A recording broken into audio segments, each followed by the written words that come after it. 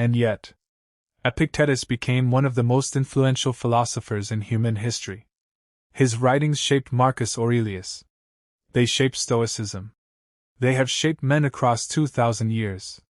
How? Because Epictetus understood something that his captors never did: they owned his body.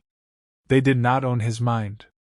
He wrote, "Men are disturbed not by the things which happen, but by the opinions about the things. Every day, your mind is under assault. From other people's opinions. From bad news. From the behavior of people who don't live by any code you respect. From circumstances outside your control. And here's where most men bleed out. They spend enormous emotional energy reacting to things they cannot change, while neglecting the one domain where they have total authority, their own response. The daily discipline here is deceptively simple.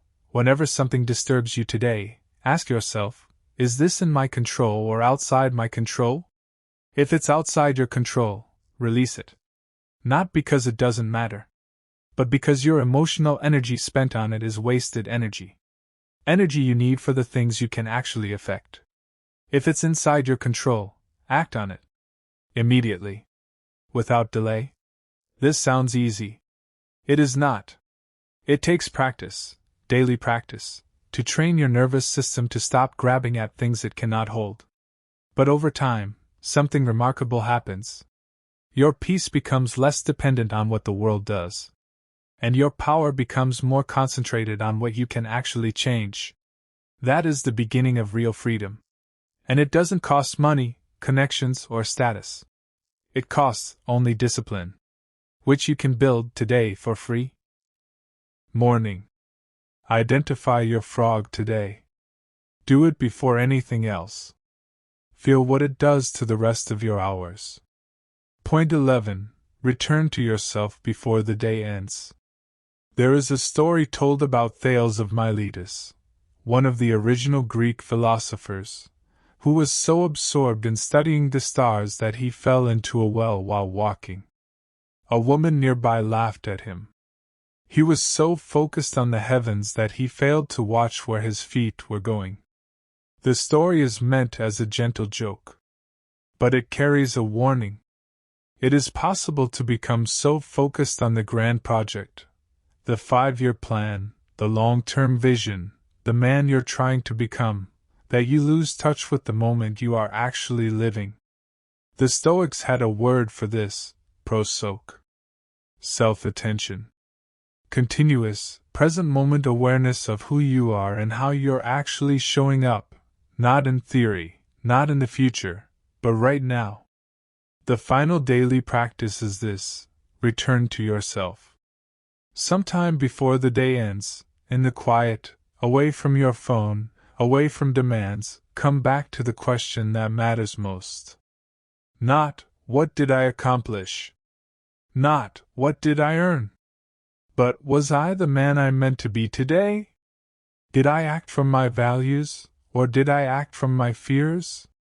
Did I treat people with the dignity I believe they deserve? Did I live with the kind of intentionality that, when I look back on this day in 10 years, I will be able to respect? This is not a judgment. This is not guilt. This is stewardship. The daily practice of a man who takes his own character seriously. Because character is not built in the great dramatic moments. It is built in the ordinary ones.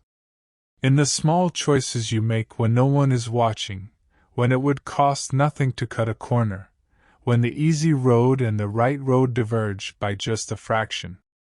Those fractions accumulate. And one day you look up and realize the man staring back at you in the mirror is either the man you've been building on purpose, or the one you defaulted into by neglect. You get to choose. Every day. Starting with today. Return to yourself. Do it every single day. That is where the real work lies. Closing. You came into this video carrying something. Maybe you knew exactly what it was. Maybe you couldn't name it, just a weight, just a resistance, just the quiet sense that things shouldn't be this hard and you shouldn't be this stuck. What you've just heard isn't a cure. There is no cure. Life doesn't stop being difficult because you've learned a few Stoic principles. Marcus Aurelius died at war. Seneca was ordered to take his own life by the emperor he served. Epictetus died a freed slave who had spent years in chains. These men were not spared from suffering. They were forged by it. And what separated them from men who were simply destroyed by the same suffering was practice. Daily, relentless, unglamorous practice. A set of disciplines they returned to each morning not because the practices felt good, but because they knew what happened to a man who didn't practice them. You know what happens. You've felt it. Now you have a different option. Meet your problems before they meet you. Name the enemy within. Carry your struggle with purpose. Act when it costs you something. Control what you actually own. Choose voluntary discomfort. Keep an honest ledger at day's end. Free yourself from the hunger for approval. Guard your mind. Do the hard thing first. Return to yourself. 11 practices. One day at a time. Repeated until they become the architecture of who you are. That's how you end the cycle. Not in a moment of inspiration, but in the quiet, daily decision to be a different kind of man than the one problems are designed to break. If this reached you, if something in this video landed where it needed to, share it with a man who needs it. And subscribe to Inner Steel. Every video on this channel is built for one purpose: to give you the tools to become unbreakable. The work continues tomorrow. But it starts right now.